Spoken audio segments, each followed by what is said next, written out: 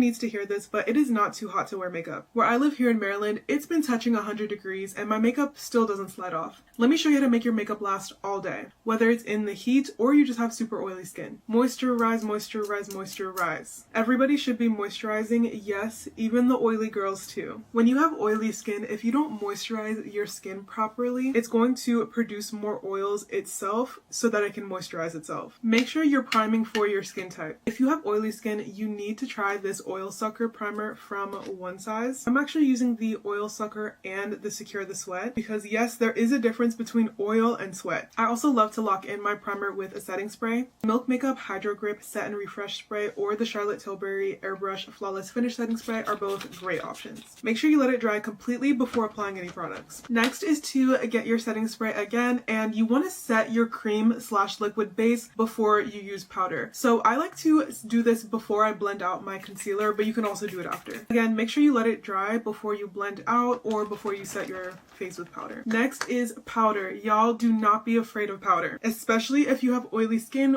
or you get super sweaty. I literally use a minimum of 3 powders. You need to put on the powder, sister. I promise you. And it'll make you look more flawless. And honestly, if you have oily skin, bake. Why are you not baking and you have oily skin? I don't get it. And of course, last but not least, you need to set your entire face with setting spray. I always use 2 setting sprays. For me, One Size Until Dawn and Charlotte Tilbury setting spray go together real bad. I do the Charlotte Tilbury setting spray first and then I let it dry down and then I do One Size. And now my makeup is set into place and it will not move the entire day. I don't want to hear none of y'all saying it's too hot to wear makeup, okay? Of course, let me know if you have any questions in the comments. I'm happy to answer.